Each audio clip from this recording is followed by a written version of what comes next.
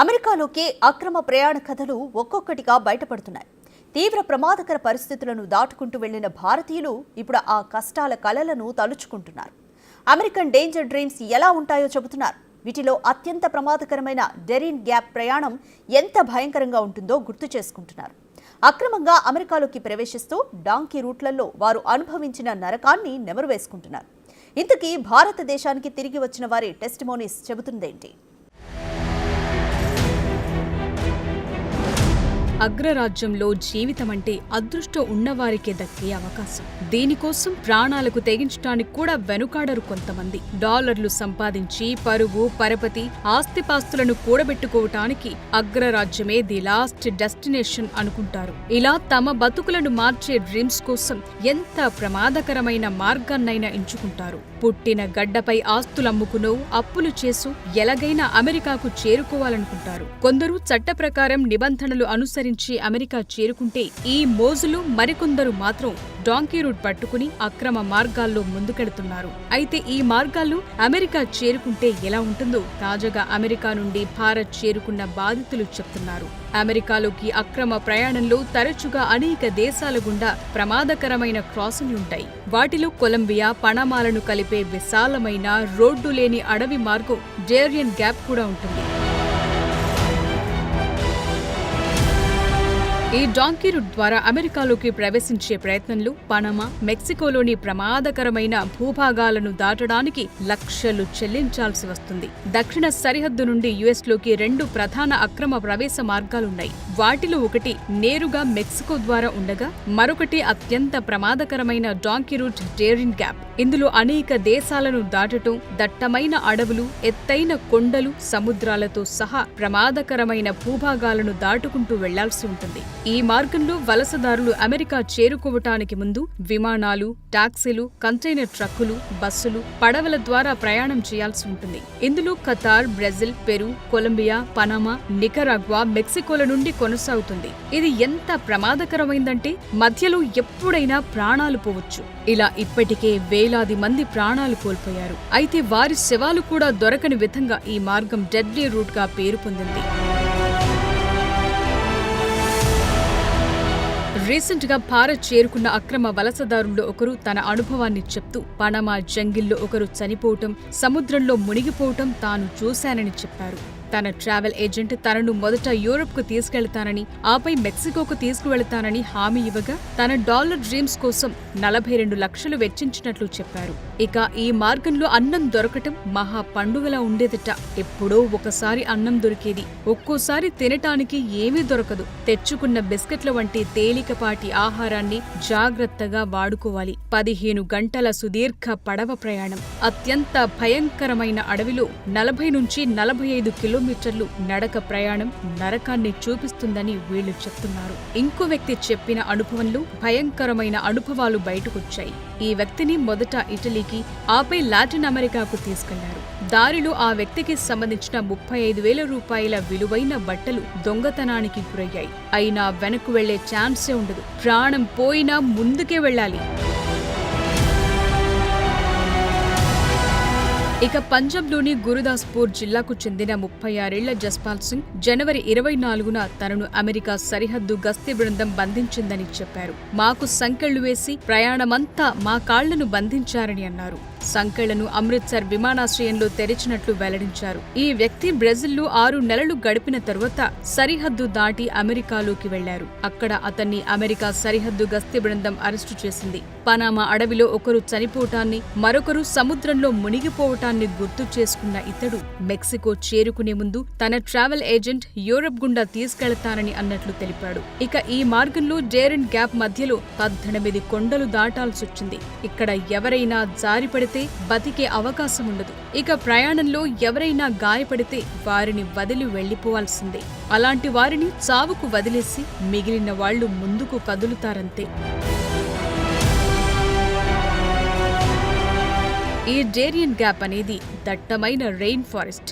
చిత్తడి నేలలు, కొండలతో కూడిన 97 కిలోమీటర్ల విస్తీర్ణంలో ఉంటుంది. అలస్కా నుండి అర్జెంటీనా వరకు విస్తరించి ఉన్న ఒక ప్రయాణ వ్యవస్థలో ఇది పాన్ అమెరికన్ హైవేని బ్రేక్ చేసే ప్రదేశం. చాలా ప్రమాదకరంగా ఉండే ఈ ప్రాంతం దాని తీవ్రమైన భూభాగానికి, కఠినమైన వాతావరణానికి నిదర్శనం. ఇక్కడ మౌలిక సదుపాయాలు లేకపోవటం వల్ల చాలా కాలంగా ఈ ప్రాంతాన్ని ఎవ్వరూ వాడట్లేదు. కానీ అమెరికాకు చేరుకోవాలనుకునే అక్రమ వలసదారులకు ఇది ఒక అనివార్యమైన ద్వారంగా మారింది. ఈ డేరియన్ గ్యాప్ ను దాటేవారు నిటారుగా ఉన్న పర్వతాలు, బురదతో కూడిన చిత్తడి నేలలు, వేగంగా ప్రవహించే నదులు, ప్రమాదకరమైన వన్యప్రాణులను దాటుకుంటూ వెళ్లాలి. ఈ అడవి విషపూరిత పాములు, జాగ్వార్లు, ప్రాణాంతక కీటకాలకు నిలయం. అయితే అంతకంటే ప్రమాదకరమైన ముప్పు ఈ మార్గాన్ని నియంత్రించే క్రిమినల్ ఆర్గనైజేషన్స్ ఉంటుంది. స్మగ్లింగ్ నెట్వర్కులు, మాదక ద్రవ్యాల కార్టెళ్లు, సాయుధ సమూహాలు ఈ మార్గంలో ప్రయాణించే వారిని దోచేస్తారు, వారిపై హింసకు దిగుతారు. ఈ డేంజరస్ డాంకీ రూట్ ఎంత ప్రమాదకరమంటే ఏ క్షణం ఏం జరుగుతుందో కూడా తెలియకుండా ఉంటుంది. స్మగ్లర్లు, మాఫియా ముఠాల మధ్య వలసదారులు తీవ్రమైన పరిస్థితులను ఎదుర్కోవాల్సి ఉంటుంది. ఇప్పుడు ఇలా వెళ్తున్న వారి సంఖ్య నానాటికి పెరిగిపోవడం కూడా ఆందోళనకు గురిచేస్తుంది. ఒక్క మరణాలే కాదు, పర్యావరణం పరంగానూ ఇది చాలా ప్రమాదకరమైంది. ఏది ఏమైనా అక్రమ వలసలను అరికట్టాలనే ట్రంప్ నిర్ణయాన్ని భారత్ కూడా స్వాగతిస్తోంది. అమెరికాలోకి అక్రమంగా ప్రవేశించడానికి ప్రయత్నించే చాలా మంది భారతీయులు డాంకీ మార్గం అని పిలిచే డేరియన్ గ్యాప్ మార్గం గుండానే వెళతారు. ఇందులో Panama, Costa Rica, L Salvador, Guatemala వంటి మధ్య అమెరికా దేశాలకు ప్రయాణిస్తారు. ఇక్కడ వీసాలు సులభంగా లభిస్తాయి. అక్కడి నుండి వాళ్లు మెక్సికోకు వెళ్లి ఆపై అమెరికాలోకి ప్రవేశించడానికి ప్రయత్నిస్తారు. అయితే ఇంతటి ప్రమాదకరమైన క్రాసింగ్ కోసం $1,000 వసూలు చేసే క్వైట్లు అంటే మానవ స్మగ్లర్లు సహాయం చేస్తారు. కఠినమైన వీసా నిబంధనల కారణంగా అమెరికాకు డైరెక్ట్ విమాన మార్గాలు కష్టతరం కావటంతో ఈ పద్ధతి బాగా పాపులర్ అయింది. స్మగ్లర్లు, మాఫియా ముఠాలు, వ్యవస్థీకృత నేర సిండికేట్లు ఈ వలసదారులను సద్వినియోగం చేసుకుంటున్నాయి. ముందు వారికి సురక్షితమైన మార్గం నుండే తీసుకెళ్తామని హామీ ఇచ్చినా చివరికి ప్రాణాంతక పరిస్థితుల్లోకి నెడతారు. ఇటీవలి సందర్భాల్లో డేరియన్ గ్యాప్ ను దాటే వారి సంఖ్య విపరీతంగా పెరిగినట్లు లెక్కలు కూడా చెప్తున్నాయి. 2023లో 5.2 లక్షలకు పైగా వలసదారులు ఈ ప్రయాణాన్ని చేశారు. దానికి ముందు సంవత్సరం కంటే ఇది రెండింతలు ఎక్కువ. ఇక 2024 నాటికి 3 లక్షలకు పైగా ఈ మార్గాన్ని దాటారు. అయితే ఇటీవల పెరిగిన అరెస్టుల కారణంగా సంఖ్యలు కొద్దిగా తగ్గాయని మీడియా నివేదికలు చెప్తున్నాయి. అయితే దశాబ్దం క్రితం ఏటా కొన్ని వేల మంది మాత్రమే ఈ మార్గాన్ని దాటడానికి ప్రయత్నించారు. అది ఇప్పుడైతే లక్షలు దాటుతోంది. అత్యంత ప్రమాదకర వలస రహదారిగా మారినప్పటికీ డాలర్ డ్రీమ్స్ ఈ డేంజర్ ను కూడా లెక్క చేయకుండా కదులుతోంది. వెనజులా, హైతీ, ఈక్వెడార్, బంగ్లాదేశ్, పాకిస్తాన్, భారతదేశం నుండి ప్రజలు ఈ ప్రమాదకరమైన మార్గం గుండా ట్రెక్కింగ్ చేస్తున్నారు. ఈ ప్రయాణం 7 నుండి 15 రోజుల వరకు పట్టొచ్చు. ఇలా ప్రయాణించే వలసదారులు ఆహారం, నీటి కొరత, వ్యాధుల బారిన పడటమే కాకుండా నేరాలకు బలవుతున్నారు. ఇక డేరియన్ గ్యాప్ ఒక మానవతా విపత్తుగా మిగిలిపోయిందనేది నిపుణుల అభిప్రాయం. 2015-2022 నుండి 312 వలస మరణాలు, అదృశ్యాలు నమోదవగా 2021-2023 మధ్య 229 నమోదైనట్లు తెలుస్తోంది. 2023లోనే 676 మంది లైంగిక వేధింపుల బాధితులుగా మారారు. దీనికి సంబంధించి 2024 ప్రారంభంలో 233 కేసులు నమోదయ్యాయి. రద్దీగా ఉండే ఆశ్రయాల్లో ఆహారం, నీరు, వైద్య సహాయం వంటి అవసరమైన వస్తువులు లేకపోవటం వల్ల చాలా మంది వలసదారులు చిక్కుకుపోయినట్లు నివేదికలు చెప్తున్నాయి. ఇక ఈ మార్గాన్ని ఉపయోగించే వలసదారుల సంఖ్య ఎక్కువగా ఉండడంతో స్థానిక సమాజాలు, పర్యావరణంపై కూడా దీని ప్రభావం ఉంటుందని పర్యావరణ సంఘాలు వాపోతున్నాయి. ఈ మార్గంలో ఉన్న స్థానిక గ్రామాలు ప్రజలతో నిండిపోయాయి. అయితే పెళుసైన అటవీ పర్యావరణ వ్యవస్థలో అటవీ నిర్మూలనతో పాటు కాలుష్యం కూడా తీవ్రమవుతున్నట్టు తెలుస్తోంది. ప్రస్తుతం ఈ ప్రాంతం మానవ అక్రమ రవాణా, కార్టెల్ కార్యకలాపాలకు కూడా ప్రధాన కేంద్రంగా ఉంది. అత్యంత శక్తివంతమైన మాదక ద్రవ్యాల కార్టెళ్లలో ఒకటైన కొలంబియా గల్ఫ్ క్లాన్ అక్రమ రవాణా కార్యకలాపాలను నియంత్రిస్తుంది. వీళ్లు 2023 మొదటి 10 నెలల్లోనే వలసదారుల క్రాసింగ్ల నుండి $57 మిలియన్ సంపాదించినట్టు సమాచారం. ఇప్పుడు ప్రెసిడెంట్ ట్రంప్ అమెరికా నుండి పలు దేశాలకు చెందిన వారితో పాటు భారత అక్రమ వలసదారులను కూడా వెనక్కు పంపించేస్తున్న తరుణంలో ఇకపై ఈ మార్గానికి రద్దీ తగ్గే అవకాశముంది. ఇక ఇప్పటికే అమెరికా నుంచి మొదటి విడతగా భారతదేశానికి చెందిన 104 మంది అక్రమ వలసదారులు స్వదేశానికి చేరుకున్నారు. ఫిబ్రవరి 4 తెల్లవారుజామున టెక్సాస్లోని శాన్ ఆంటోనియో నుంచి బయలుదేరిన అమెరికా సైనిక విమానం C-17 పంజాబ్ అమృత్సర్లోని శ్రీ గురు రామదాస్ జీ అంతర్జాతీయ విమానాశ్రయంలో ఫిబ్రవరి 5 మధ్యాహ్నం 2 గంటలకు కట్టుదిట్టమైన భద్రత మధ్య దిగింది. ఈ విమానంలో వచ్చిన వారిలో గుజరాత్, హర్యానాకు చెందిన వారే అధికంగా ఉన్నట్లు తెలుస్తోంది.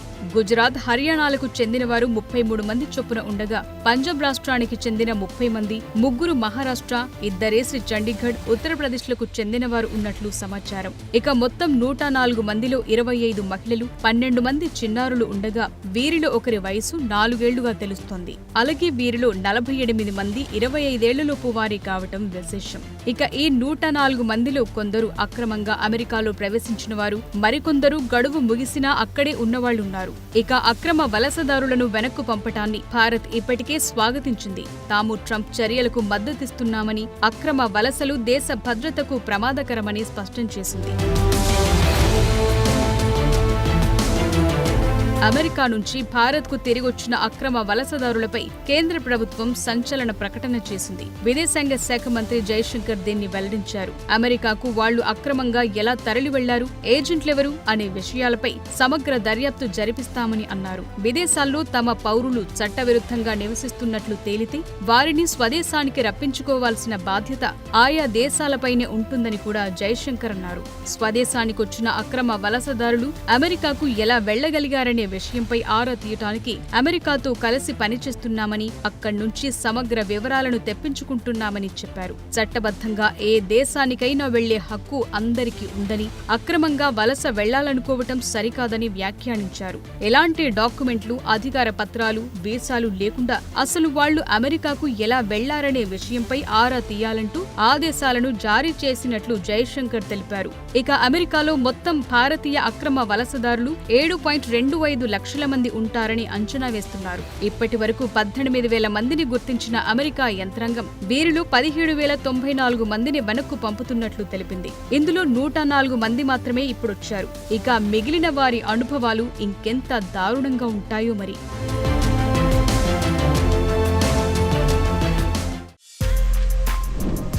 For more videos like this, subscribe Big TV channel.